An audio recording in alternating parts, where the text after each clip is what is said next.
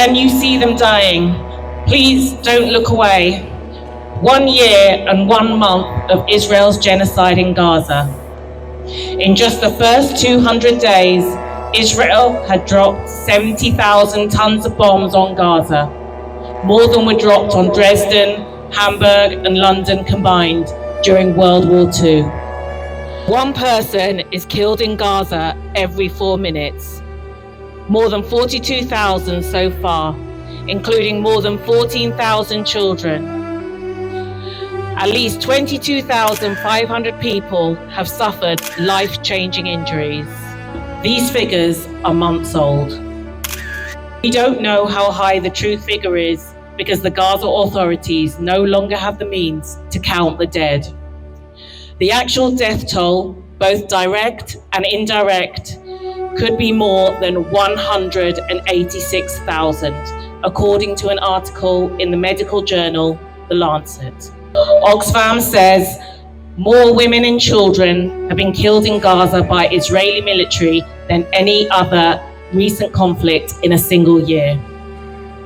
Tens of thousands of Palestinians are buried under the rubble. Nearly 70% of those killed by Israel are women and children.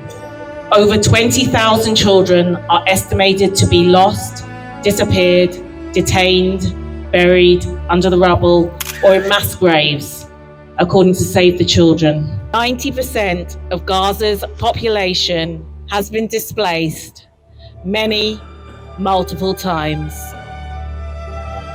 On top of all of this, Palestinians in Gaza are facing famine and disease. By July, Oxfam said Israel had reduced Gaza's water supplies by 94%.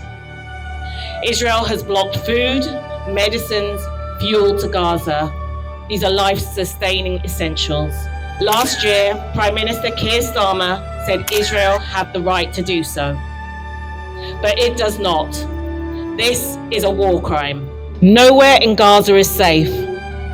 Homes, UN buildings, schools, hospitals, repeatedly targeted. Oxfam said in September that Israeli explosives hit civilian infrastructure in Gaza, including schools, hospitals, and aid distribution points, once every 3 hours. 85% of Gaza's schools have been damaged or destroyed. The genocide has robbed every boy and girl in Gaza of their childhood and education. More than 1,000 health workers in Gaza have also been killed. We are seeing unimaginable horrors from Gaza every single day. Parents scooping up the remains of their children, blown apart in the most horrific ways, into plastic bags. 19-year-old Shaban al-Dalu burning alive on a drip at a hospital alongside his mother, while his father and siblings watched on helplessly. The harrowing 3-hour phone call by 6-year-old Hind Rajab, begging emergency services to come and save her, after her family were killed when an Israeli tank targeted their car. Their bodies were all found 12 days later, along with the bodies of the paramedics sent to rescue them. We rely on Gaza's journalists to tell us what is happening, because Israel does not allow foreign journalists in. But they have not been spared either. Israel has killed at least 175 journalists and media workers, almost all of them Palestinian. Israel is not just killing people, it is killing the truth. These are war crimes. This situation did not start on October the 7th, 2023. This genocide in Gaza comes on top of 76 years of Israel's oppression, occupation, and apartheid against Palestinians. Before last October, Israel had already made Gaza the world's largest open-air prison, with its illegal 17-year siege, which had made more than 50% of the population dependent on humanitarian aid. And where is the voice of the world? In January, the International Court of Justice, the World Court, said there is plausible evidence that Israel is committing genocidal acts against the Palestinian people in the Gaza Strip.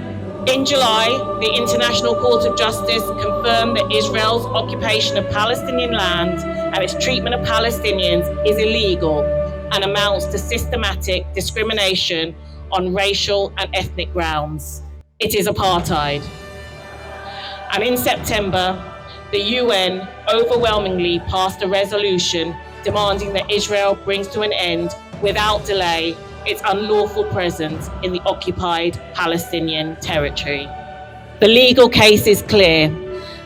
Israel must stop its war crimes. But the UK government has only suspended 10% of arms exports to Israel, a drop in the ocean. And it is still supporting Israel despite its legal and moral obligations. This must stop now. To date, Israeli Prime Minister Benjamin Netanyahu has refused to negotiate a ceasefire. Israel's aggression has spread to Lebanon, Yemen, and Iran, with more death, destruction, and suffering to come, unless we all speak out and act now to stop this. You can see them dying. Please don't look away. We're here today because it's over 13 months now that we are protesting this genocide, protesting the ethnic cleansing, apartheid, illegal occupation of Palestine, that we are seeing men, women, children, babies dying, being killed, being bombed, being slaughtered. We cannot stand by and do nothing. We have to show that this is wrong. We have to tell our government that this cannot continue, that they cannot continue to arm Israel in this way. Lebanon now too, also being bombed, people being killed. And this did not start, as all of us know, on the 7th of October. This has been going on for 76 years. So, ironically, last night there was a football match in Amsterdam, and it was attended by a group of hooligans from Tel Aviv, Maccabi Tel Aviv football group. They went into the centre of Amsterdam, they tore down a Palestinian flag, they could be heard and they were proud to be filmed shouting death to Arabs, singing anti-Arab songs, including the lines, "There are no more schools in Gaza because there are no children left in Gaza." When they were attacked by locals, the Dutch threw up their hands in horror. The Israeli government said this is a new pogrom, and they offered to send in military assistance to take them home. The scandalous disparity of the people in the West declaring themselves outraged by this anti-Semitic attack, when in fact the thuggery had been commenced by the Maccabi Tel Aviv supporters, is just beyond compare. Thank you to everyone who has stopped by today to hear this important message and to see this performance theatre. This is really happening in Gaza today, and we need every single one of you to get involved and help use your voice to urge our government to stop supporting Israel and to stop providing the weapons that are sustaining this genocide in Gaza. Please do come and speak to us afterwards. Thank you.